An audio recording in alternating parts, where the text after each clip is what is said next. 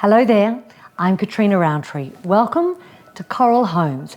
You know, a lot of customers ask us how they can move into their dream home as quickly as possible, avoiding any unnecessary delays. Well, today, why don't you let me show you exactly how to do that? Here are some important next steps and exciting parts of the building journey which you need to complete.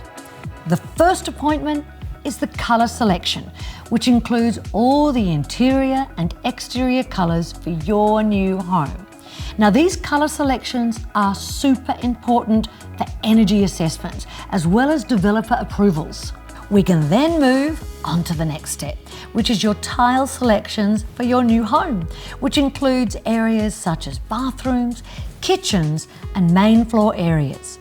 Tile selections can be completed by one of our national supply partners depending on your location.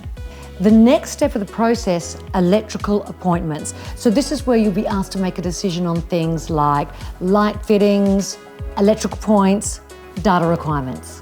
Once these appointments are complete, your selections will be sent off for an energy efficient assessment. Just 4 easy steps to get your home started sooner and avoid delays.